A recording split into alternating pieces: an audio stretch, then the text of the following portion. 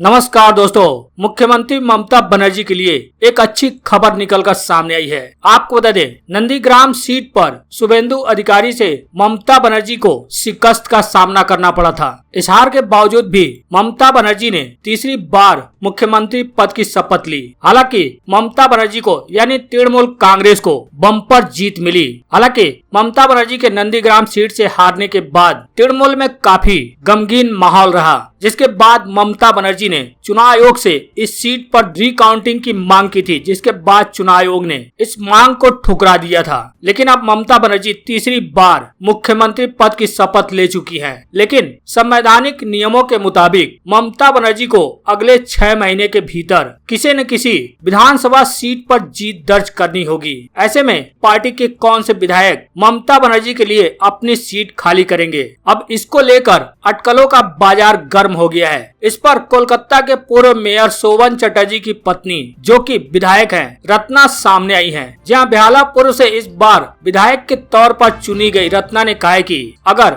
ममता दीदी कहे तो मैं खुशी खुशी अपना सीट छोड़ने के लिए तैयार हूं। दरअसल रत्ना के पति शोभन भाजपा में चले गए थे, लेकिन जब उन्हें भारतीय जनता पार्टी में टिकट नहीं दिया गया तो उन्होंने अपनी महिला मित्र बैसाखी बनर्जी के साथ भारतीय जनता पार्टी को छोड़ दिया। अब जबकि चुनाव में ममता बनर्जी की बम्पर जीत हुई है, तब कयास लगाए जा रहे हैं कि शोभन और बैसाखी दोनों तृणमूल कांग्रेस में लौट सकते हैं। इसकी सबसे बड़ी वजह ममता बनर्जी की बंगाल में जीत के बाद दोनों ने मुख्यमंत्री की काफी सराहना की थी। इसके बाद जब शोभन से पूछा गया कि क्या वह तृणमूल में दोबारा से लौट रहे हैं, तब उन्होंने इस बात को कहा था कि जब तक उनकी पत्नी रत्ना, जो कि बेहालापुर से विधायक हैं, जिनके साथ वो तलाक का केस लड़ रहे हैं, वो तृणमूल कांग्रेस में रहेंगी, तब तक वो पार्टी में नहीं लौटेंगे। इसी बारे में विधायक रत्ना ने सामने आकर जवाब दिया है। उन्होंने कहा कि शोभन और बैसाखी के कहने पर मेरे पार्टी छोड़ने का सवाल ही नहीं उठता है, क्योंकि अब मैं विधायक के तौर पर जीत चुकी हूँ और मुझे